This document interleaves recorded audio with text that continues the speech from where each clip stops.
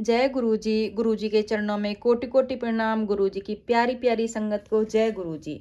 ओम नमः शिवाय। शिव जी सदा सहाय। ओम नमः शिवाय। गुरु जी सदा सहाय। शिव भगवंत हैं, शिव ओंकार हैं, शिव ब्रह्म हैं, शिव शक्ति हैं, शिव भक्ति हैं। ये संसार शिव का रचाया हुआ है। संसार, इस संसार के हर प्राणी में, हर जीव में शिव व्याप्त हैं, गुरु जी व्याप्त हैं। जय गुरु जी, शुक्राना मेरे गुरु जी। और इसी के साथ आज हम शिव महापुराण की तीसरे दिन की कथा प्रारंभ करते हैं। जय गुरु जी, शुक्राना गुरु जी, जो आपने मुझे ये दात बख्शी, ये ब्लेसिंग दी कि मैं ये शिव पुराण की कथा आपकी सभी संगत तक पहुंचाऊं। शुक्राना मेरे मालिक, अनंतम अनंतम शुक्राना। ओम नमः शिवाय। शिव जी सदा सहाय। ओम नमः शिवाय। गुरु जी सदा सहाय। तो संगत जी, कल हम चंचुला के उस विमान पर आरूढ़ हुई और भगवान शिव के श्रेष्ठ पार्षदों ने उसे शिवपुरी तक पहुंचा दिया। इस पे थे। अब उससे आगे की कथा हम श्रवण करेंगे, सुनेंगे। जय गुरु जी। एक बार आप सब भी जय गुरु जी बोलकर इस शिव पुराण की कथा में शामिल हो जाइए और पूरे भाव से, पूरे मन से इस कथा को सुनिए और देखिए इसमें कितना आनंद आता है और आपके कितने कष्ट, कितने दुख, कितनी परेशानियां इसके सुनने मात्र से दूर हो जाएंगी। तो शुरू करते हैं संगत जी। जब चंचुला शिवपुरी में पहुंच गई, उसके बाद क्या हुआ, उसके सारे मल धुल गए थे। वह दिव्य रूप धारिणी दिव्यांगना हो गई थी। उसके दिव्य अवयव उसकी शोभा बढ़ाते थे। मस्तक पर अर्धचंद्र का मुकुट धारण किए वह गौरांगी देवी शोभाशाली दिव्य आभूषणों से विभूषित थी। शिवपुरी में पहुंचकर उसने सनातन देवता त्रिनेत्रधारी महादेव जी को देखा। सभी मुख्य मुख्य देवता उनकी सेवा में खड़े थे। गणेश, भृंगी, नंदीश्वर तथा वीरभद्रेश्वर आदि उनकी सेवा में उत्तम भक्ति भाव से उपस्थित थे। उनकी अंग कांति करोड़ों सूर्यों के समान प्रकाशित हो रही थी। कंठ में नील चिन्ह शोभा पाता था।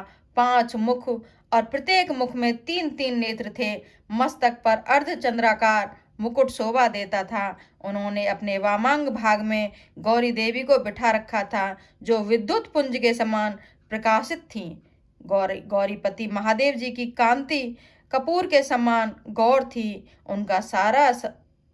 उनका सारा शरीर श्वेत भस्म से भासित था। शरीर पर श्वेत वस्त्र शोभा पा रहे थे। इस प्रकार परम उज्जवल भगवान शंकर का दर्शन करके वह ब्राह्मण पत्नी चंचुला बहुत प्रसन्न हुई। अत्यंत प्रीति युक्त होकर उसने बड़ी उतावली के साथ भगवान शंकर को बारंबार प्रणाम किया और फिर हाथ जोड़कर वह बड़े प्रेम, आनंद और संतोष से युक्त हो विनीत भाव से खड़ी हो गई। उसके नेत्रों से आनंदाश्रुओं की अविरल धारा बहने लगी तथा संपूर्ण शरीर में रोमांच हो गया। उस समय भगवती पार्वती और भगवान शंकर ने उसे बड़ी बड़ी करुणा के साथ अपने पास बुलाया और सौम्य दृष्टि से उसकी ओर देखा। पार्वती जी ने तो दिव्य रूप धारणी बिंदुक प्रिया चंचुला को प्रेम पूर्वक अपनी सखी बना लिया। वह उस परमानंद घन ज्योति स्वरूप सनातन धाम में अविचल निवास पाकर दिव्य सौख्य से संपन्न हो अक्षय सुख का अनुभव करने लगी। चंचुला के प्रयत्न से पार्वती जी की आज्ञा पाकर तुम्बुर का विंध्य पर्वत पर शिव पुराण की कथा सुनाकर बिंदुक का पिशाच योनियों से उद्धार करना तथा उन दोनों दंपत्ति का शिव धाम में सुखी होना। सूत जी बोले, सौनक, एक दिन परमानंद में निमग्न हुई चंचुला ने उमा देवी के पास जाकर प्रणाम किया और दोनों हाथ जोड़कर वह उनकी स्तुति करने लगी। चंचुला बोली, गिरिराज नंदिनी स्कंद माता उमे, मनुष्यों ने सदा आपका सेवन किया है। समस्त सुखों को देने वाली शंभु प्रिय आप ब्रह्म स्वरूपनी हैं। विष्णु और ब्रह्मा आदि देवताओं द्वारा सेव्य हैं। आप ही सगुना हैं और निर्गुणा हैं तथा आप ही सूक्ष्म सच्चिदानंद स्वरूपनी आधा प्रकृति हैं। आप ही संसार की सृष्टि, पालन और संहार करने वाली हैं। तीनों गुणों का आश्रय भी आप ही हैं। ब्रह्मा, विष्णु और महेश्वर इन तीनों देवताओं का आवास स्थान तथा उनकी उत्तम प्रतिष्ठा करने वाली पराशक्ति आप ही हैं। सूत जी कहते हैं, शौनक जिसे सदगति प्राप्त हो चुकी थी, वह चंचुला इस प्रकार महेश्वर पत्नी उमा की स्तुति करके सिर झुकाए चुप हो गई। उसके नेत्रों में प्रेम के आंसू उमड़ आए थे। तब करुणा से भरी हुई शंकर प्रिया भक्त वत्सला पार्वती देवी ने चंचुला को संबोधित करके बड़े प्रेम से इस प्रकार कहा। पार्वती बोली, सखी चंचुले सुंदरी, मैं तुम्हारी की हुई इस स्तुति से बहुत प्रसन्न हूँ। बोलो क्या वर मांगती हो? तुम्हारे लिए मुझे कुछ भी अदेय नहीं है। चंचुला बोली, निष्पाप गिरिराज कुमारी, मेरे पति बिंदुक इस समय कहाँ हैं? उनकी कैसी गति हुई है यह मैं नहीं जानती। कल्याणमयी दीन वत्सले, मैं अपने उन पतिदेव से जिस प्रकार संयुक्त हो सकूं वैसा ही उपाय कीजिए। महेश्वरी महादेवी, मेरे पति एक शूद्र जातीय वेश्या के प्रति आसक्त थे और पाप में डूबे रहते थे। उनकी मृत्यु मुझसे पहले ही हो गई थी। न जाने वे किस गति को प्राप्त हुए। गिरिजा बोली, बेटी तुम्हारा बिंदुक नाम वाला पति बड़ा पापी था। उसका अंतःकरण बड़ा ही दूषित था। वैश्या का उपभोग करने वाला वह महामूढ़ मरने के बाद नरक में पड़ा। अगणित वर्षों तक नरक में नाना प्रकार के दुख भोग कर वह पापात्मा अपने शेष पाप को भोगने के लिए विंध्य पर्वत पर पिशाच हुआ है। इस समय वह पिशाच अवस्था में ही है और नाना प्रकार के कलेश उठा रहा है। वह दुष्ट वहीं वायु पीकर रहता है और सदा सब प्रकार के कष्ट सहता है। सूत जी कहते हैं, शौनक गौरा देवी की यह बात सुनकर उत्तम व्रत का पालन करने वाली चंचुला उस समय पति के महान दुख से दुखी हो गई। फिर मन को स्थिर करके उस ब्राह्मण पत्नी ने व्यथित हृदय से महेश्वरी को प्रणाम करके पुनः पूछा। चंचुला बोली, महेश्वरी महादेवी, मुझ पर कृपा कीजिए और दूषित कर्म करने वाले मेरे उस दुष्ट पति का अब उद्धार कर दीजिए। देवी, कुत्सित बुद्धि वाले मेरे उस पापात्मा पति को किस उपाय से उत्तम गति की प्राप्ति हो सकती है, यह शीघ्र बताइए। आपको नमस्कार है माँ, आपको नमस्कार है। पार्वती ने कहा, तुम्हारा पति यदि शिव पुराण की पुण्यमयी उत्तम कथा सुने तो सारी दुर्गति को पार करके वह उत्तम गति का भागी हो सकता है। अमृत के समान मधुर अक्षरों से युक्त गौरा देवी का यह वचन आदर पूर्वक सुनकर चंचुला ने हाथ जोड़कर मस्तक झुकाकर उन्हें बारंबार प्रणाम किया और अपने पति के समस्त पापों की शुद्धि तथा उत्तम गति की प्राप्ति के लिए पार्वती देवी से यह प्रार्थना की कि वह मेरे पति को शिव पुराण सुनाने की व्यवस्था होनी चाहिए। उस ब्राह्मण पत्नी के बारंबार प्रार्थना करने पर शिव प्रिया गौरा देवी को बड़ी दया आई। उन भक्त वत्सला महेश्वरी गिरिराज कुमारी ने भगवान शिव की उत्तम कीर्ति का गान करने वाले गंधर्वराज तुम्बुरकु को बुलाकर उनसे प्रसन्नता पूर्वक इस प्रकार का, तुम्बुरो, तुम्हारी भगवान शिव में प्रीति है। तुम मेरे मन की बातों को जानकर मेरे अभिष्ट कार्यों को सिद्ध करने वाले हो, इसलिए मैं तुमसे एक बात कहती हूँ, तुम्हारा कल्याण हो। तुम मेरी इस सखी के साथ शीघ्र ही विंध्य पर्वत पर जाओ और वहां पर एक महाघोर और भयंकर पिशाच रहता है। उसका वृतांत तुम आरंभ से ही सुनो। मैं तुमसे प्रसन्नता पूर्वक सब कुछ बताती हूँ। पूर्व जन्म में वह पिशाच बिंदुक नामक ब्राह्मण था। मेरी इस सखी चंचुला का पति था, परंतु वह दुष्ट वैश्यागामी हो गया। स्नान संध्या आदि नित्य कर्म छोड़कर अपवित्र रहने लगा। क्रोध के कारण उसकी बुद्धि पर मूढ़ता छा गई थी। वह कर्तव्य का विवेक नहीं कर पाता था। भक्षण सज्जनों से द्वेष और दूषित वस्तुओं का दान लेना यही उसका स्वाभाविक कर्म बन गया था। वह अस्त्र शस्त्र लेकर हिंसा करता था, बाएं हाथ से खाता था, दीनों को सताता था और क्रूरता पूर्वक पराये घरों में आग लगा देता था। चांडालों से प्रेम करता और प्रतिदिन वेश्या के संपर्क में रहता था। बड़ा दुष्ट था। वह पापी अपनी पत्नी का परित्याग करके दुष्टों के संग में ही आनंद मनाता था। वह मृत्यु पर्यंत दुराचार में ही फंसा रहा। फिर अंतकाल आने पर उसकी मृत्यु हो गई। वह पापियों के भोग स्थान घोर यमपुर में गया और वहां बहुत से नरकों का उपभोग करके वह दुष्टात्मा जीव इस समय विंध्य पर्वत पर पिशाच बना हुआ है। वहीं वह दुष्ट पिशाच अपने पापों का फल भोग रहा है। तुम उसके आगे यत्न पूर्वक शिव पुराण की उस दिव्य कथा का प्रवचन करो जो परम पुण्यमयी तथा समस्त पापों का नाश करने वाली है। शिव पुराण की कथा का श्रवण सबसे उत्कृष्ट पुण्य कर्म है। उससे उसका हृदय शीघ्र ही समस्त पापों से शुद्ध हो जाएगा और वह प्रेत योनि का परित्याग कर देगा। उस दुर्गति से मुक्त होने पर बिंदुक नामक पिशाच को मेरी आज्ञा से विमान पर बिठाकर तुम भगवान शिव के समीप ले आओ।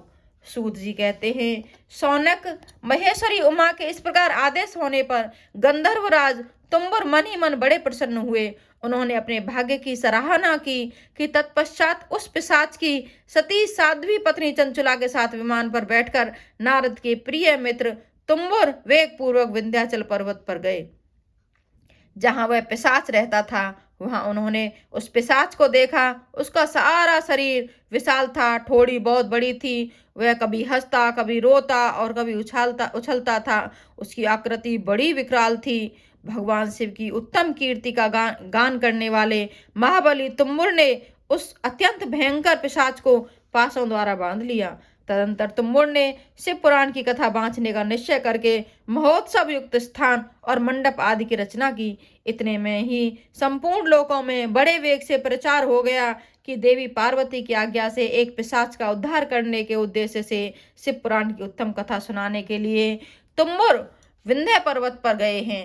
फिर तो उस कथा को सुनने के लोभ से बहुत से देवर्षि भी शीघ्र ही वहां जा पहुंचे। आदर पूर्वक शिव पुराण सुनने के लिए आए हुए लोगों का उस पर्वत पर बड़ा अद्भुत और कल्याणकारी समाज जुट गया। फिर तुम्बुर ने उस पिशाच को पासों से बांधकर आसन पर बिठाया और हाथ में वीणा लेकर गौरीपति की कथा का गान आरंभ किया। पहली अर्थात विद्येश्वर संहिता से लेकर 7वीं वायु संहिता तक महात्म्य सहित शिव पुराण की कथा का उन्होंने स्पष्ट वर्णन किया। सातों संहिताओं सहित शिव पुराण का आदर पूर्वक श्रवण करके वे सभी श्रोता पूर्णतः कृतार्थ हो गए और उस परम पुण्य में शिव पुराण को सुनकर उस पिशाच ने अपने सारे पापों को धोकर उस पैशाचिक शरीर को त्याग दिया। फिर तो शीघ्र ही उसका रूप दिव्य हो गया, अंग कांति गौरव वर्ण की हो गई, शरीर पर श्वेत वस्त्र तथा सब प्रकार के पुरुषोचित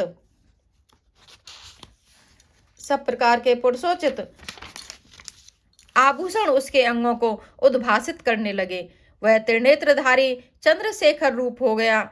इस प्रकार दिव्य देहधारी होकर श्रीमान बिंदु अपनी प्राण वल्लभा चंचुला के साथ स्वयं भी पार्वती वल्लभ भगवान शिव का गुणगान करने लगा। उसकी स्त्री को इस प्रकार दिव्य रूप से सुशोभित देख वे सभी देवर्षि बड़े विस्मित हुए। उनका चित्त परमानंद से परिपूर्ण हो गया। भगवान महेश्वर का वह अद्भुत चरित्र सुनकर वे सभी श्रोता परम कृतार्थ हो प्रेम पूर्वक श्री शिव का यशोगान करते हुए अपने अपने धाम को चले गए।